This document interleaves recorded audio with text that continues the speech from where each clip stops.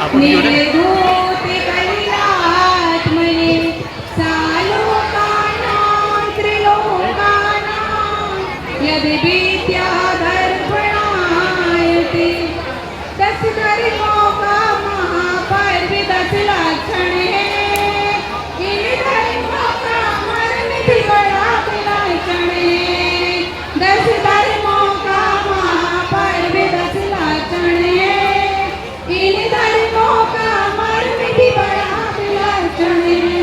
तन का पोषण नहीं आत्मा का पोषण है। तभी चैनल बढ़ा देता पर्यूषण है। अब इधर हो जाता 1 घंटा बाद 10 धर्मों का महापर्व 10 लक्षण है। इन धर्मों का सब ग्रुपों में डाला है।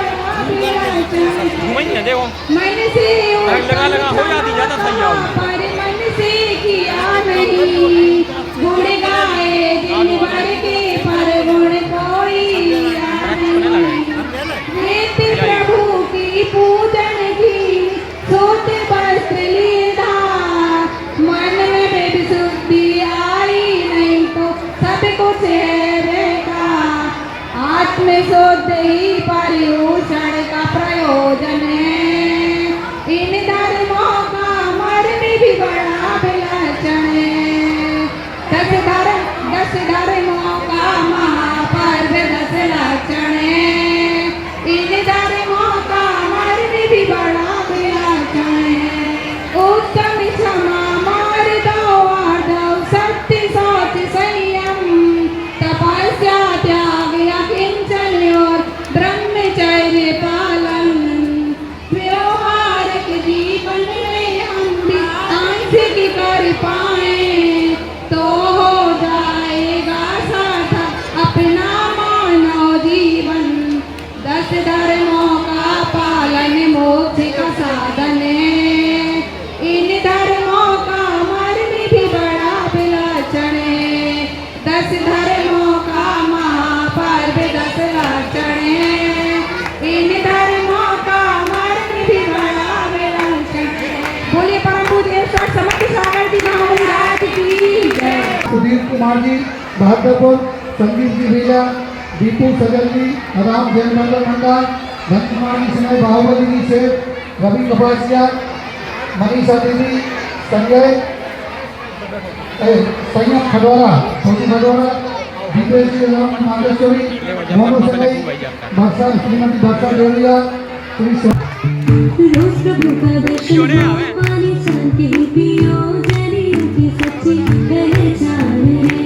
तेरा प्रेम ना भोजन हो जीवों की ना हिंसा हो जरियों की सच्ची पहचान है। जियो और जीने दो संदेश ये महावीर प्रभु का उपदेश है।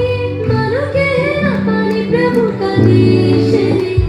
छोटे छोटे नियम का थोड़े थोड़े संयम का पालन करना पर्यूषण की सीख है। माता पिता और परिजन का आदर और सम्मान करो जीवन की ये सबसे पहली सीख है।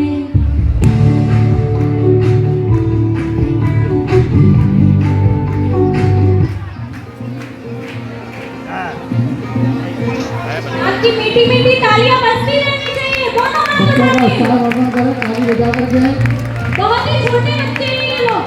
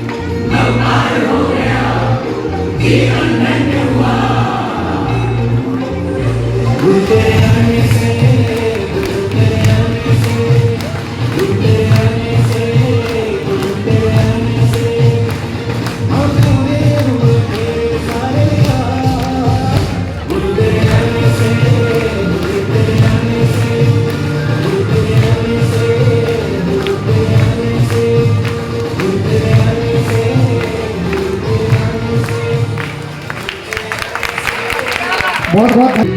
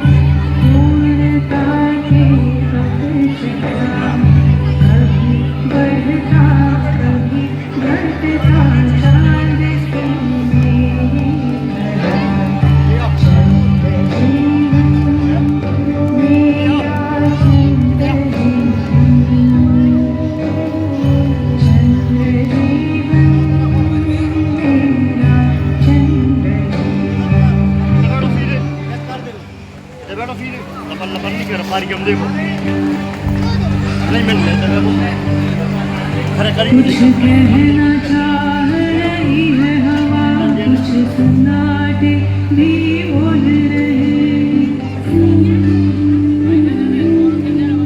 कुछ कहना चाह रही है हवा, कुछ सन्नाटे भी बोल रहे, कुछ सत्य गगन से उतरे हैं, जो बंद द्वार है खोल रहे, कुछ सत्य गगन से उतरे हैं, जो बंद द्वार है खोल रहे।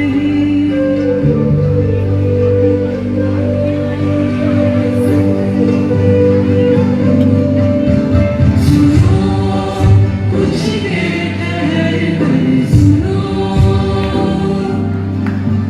बोलो एक जीवन फिर से सुनो,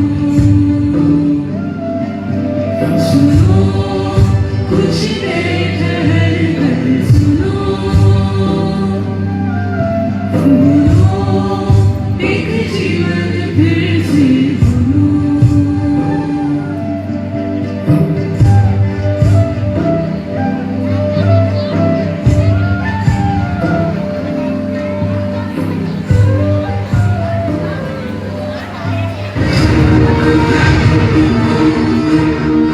क्योंकि देकर वार करता हूँ, धोखे से नहीं।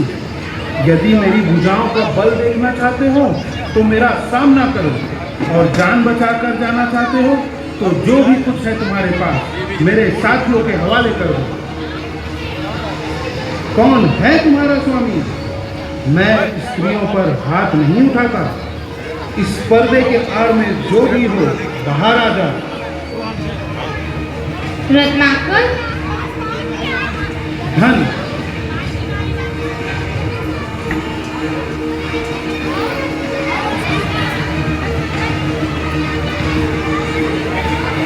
सारे हिस्से बराबर बराबर बढ़ चुके हैं। जिसको जो चाहिए ले सकता है, मगर ध्यान रहे कोई भी यहाँ से मदिरालय या वेश्यालय नहीं जाएगा। ठीक कह रहे हैं सरदार, इतनी मेहनत से कमाया हुआ धन ऐसे कैसे गवा दे। परवसु, हाँ सरदार। क्या मैं तुमसे ये कंठाहार ले सकता हूँ? इसके बदले में तुम जो मोल लेना चाहो ले लो। सरदार, ये आपका हमने लगा दो, हमें ध्यान नहीं आ रही, हमने कार को लगा आओ। रत्नावली, रत्नावली, देखो मैं तुम्हारे लिए क्या लाया हूँ। लगा दो, हमें अब ध्यान नहीं आ रही है भैया। ये लो, मैंने तुम्हारी यह इच्छा भी पूरी कर दी।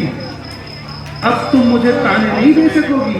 कंठाहार तो लाते ही नहीं मेरे लिए। एक डाकू की पत्नी कंठाहार पहन के किसे दिखाएगी? अरे अरे, तुम्हें अपने गहने किसी और को दिखाने की क्या आवश्यकता है? ये तो होते ही है दिखाने के लिए। तो मैं क्या करूं? क्या हम कहीं ऐसी जगह नहीं जा सकते जहाँ हमें कोई न जानता हो? कहाँ? हाँ, मैं एक विद्रोही जिसने अपने राजा और राज्य के साथ विद्रोह किया है। एक डाकू जिसके आतंक से सारा इलाका थर थर कांपता हो। ऐसे आदमी को सर छुपाने के लिए कहाँ जगह मिलेगी? रत्नावली, रत्नावली, यह समाज निर्मम है। ये अपराधी को याद रखता है और अपराध को भूल जाता है। इसलिए जो अपराध है वह रुकता नहीं। मैं सैनिक था, डाकू नहीं था। पर इस सैनिक को डाकू बनाया किसने? नहीं नहीं रत्नावली, मेरे हृदय में इस समाज के लिए कोई दया नहीं है, क्योंकि इस समाज के हृदय में मेरे लिए कोई क्षमा नहीं है। यदि अब भी यह कंठाहार तुम्हें गले की फांस लगता है तो चूल्हे में झोंक दो इसे।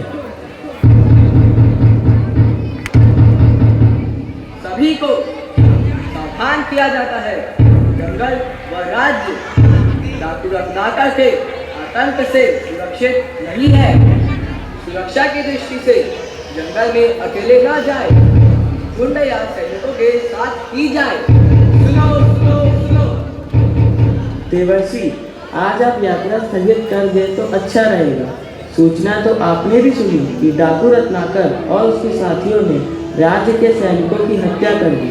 यदि वह दुष्ट आपका कुछ अहित कर दे तो? एक अहित के भय से मैं और अधिक यहाँ विश्राम नहीं कर सकता।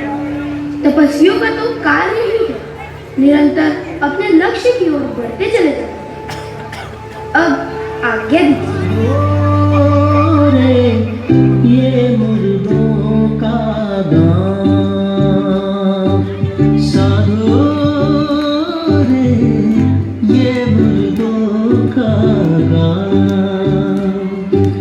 पीर मरे पैगंबर मरे हैं जिंदा जोगी। राजा मरी है प्रजा मरी है, मरे बैद और रोगी। मरे बैद और रोगी हो, मरे बैद और रोगी। साधो रे ये देवर्षि, यहाँ ऊपर आप अकेले कहाँ जा रहे हो? अरे आप लोग पेड़ पर क्या कर रहे हो? नीचे आ जाओ। देवर्षि, आगे डाकू रत्नाकर है। हमने वहाँ से चीखने चिल्लाने की आवाज सुनी। हमें आगे जाने में भय लग रहा है। क्या हम आपके साथ चल सकते हैं? हाँ, यदि ऋषियों पर भरोसा कर सकते हो तो चलो। आपको भय नहीं लग रहा? नहीं। आपको भय क्यों नहीं लग रहा देवर्षि? क्योंकि मैं मानता ही नहीं कि मेरे अलावा यहाँ कोई और है। भय हमेशा दूसरों के होने से होता है।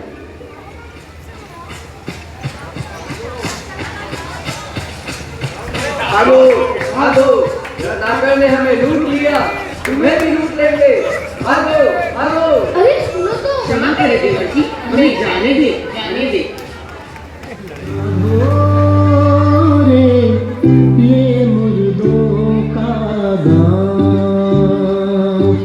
साधो रे, ये मुर्दों का 1 2 3 4। सरदार, तुम हो तो आज इतना ही रहने देते हैं, इतना में ही संतोष कर लेते हैं। पर वसु, आज तू क्यों संतों की भाषा बोलने लगा है? सरदार, पास गांव में उत्सव हो रहा है। अच्छा, जो जाना चाहते हैं वे जाएं। आप नहीं चलेंगे सरदार? नहीं पर वसु, आज ना जाने क्यों ऐसा लग रहा है जैसे मुझे कोई अमूल्य धन मिलने वाला है। ये मुर्दों का गाँव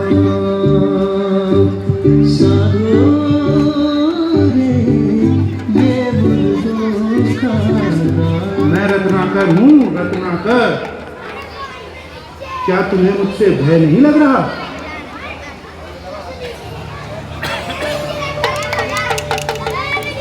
रत्नाकर, मैं नारद हूँ, तुम्हारा अतिथि, और मैं निर्भय हूँ। ना मुझे प्राणों का भय है, ना असफलता का, ना कल का, ना कलंक का। और कोई भय है जो तुम जानते हो? अब तुम बताओ, क्या तुम निर्भय हो? हाँ हाँ, मैं भी निर्भय हूँ।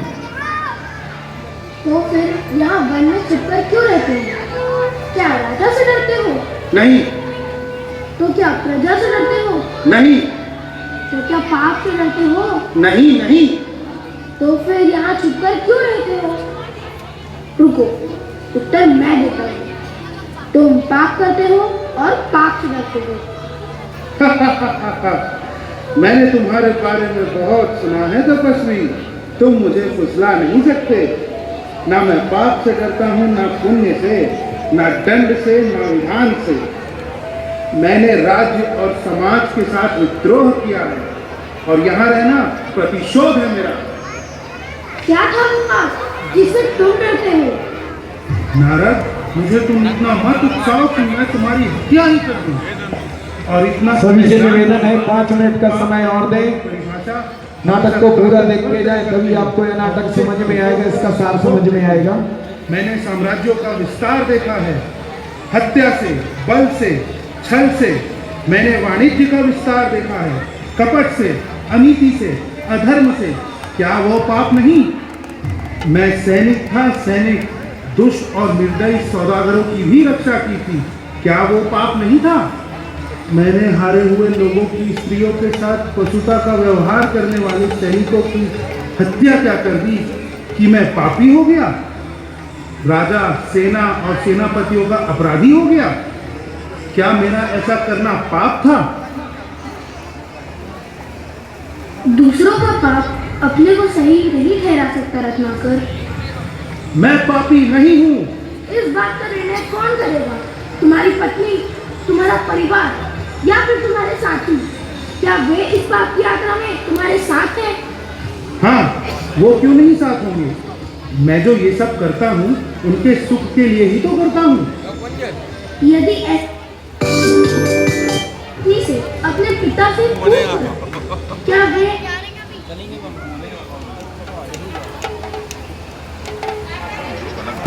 क्या वो पाप नहीं? मैं सैनिक था, सैनिक। दुष्ट और निर्दयी सौदागरों की भी रक्षा की थी। क्या वो पाप नहीं था?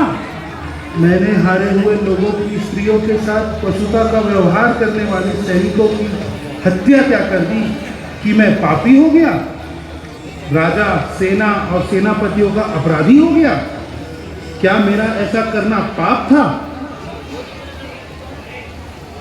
दूसरों का पाप अपने को सही नहीं ठहरा सकता रत्नाकर। मैं पापी नहीं हूँ। इस बात का निर्णय कौन करेगा? तुम्हारी पत्नी, तुम्हारा परिवार या फिर तुम्हारे साथी? क्या वे इस बात की यात्रा में तुम्हारे साथ हैं? हाँ, वो क्यों नहीं साथ होंगे? मैं जो ये सब करता हूँ उनके सुख के लिए ही तो करता हूँ। यदि ऐसा है तो जाओ अपनी पत्नी से, अपने पिता से पूछ करो, क्या वे सब तुम्हारे इस पाप के भागीदार है? सरदार, ये ऋषि बहुत बोलता है, इसे मार दे। नहीं, इसे तो मैं अपने हाथों से मारूंगा, परंतु इसके प्रश्नों के उत्तर मिलने के बाद। कड़ी नजर रखना इस पर।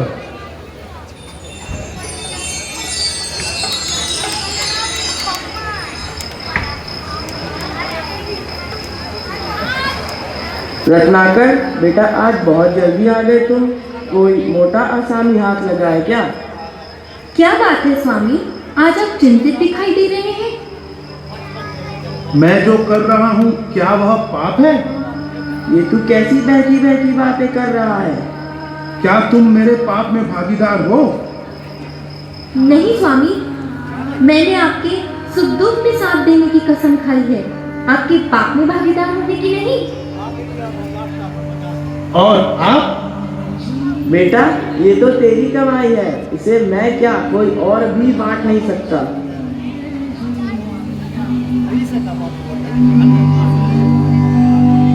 चंद्र जीवन मेरा, चंद्र जीवन शून्य से उठता हूँ,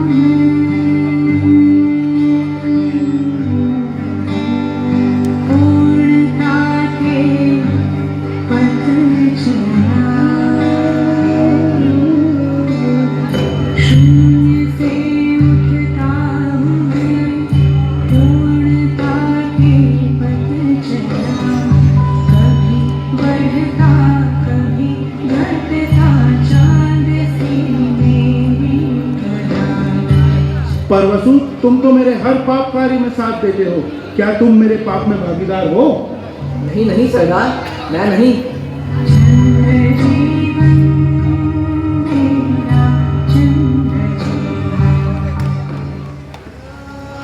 क्या तुम्हें अपने प्रश्नों का समाधान मिल गया रत्नाकर?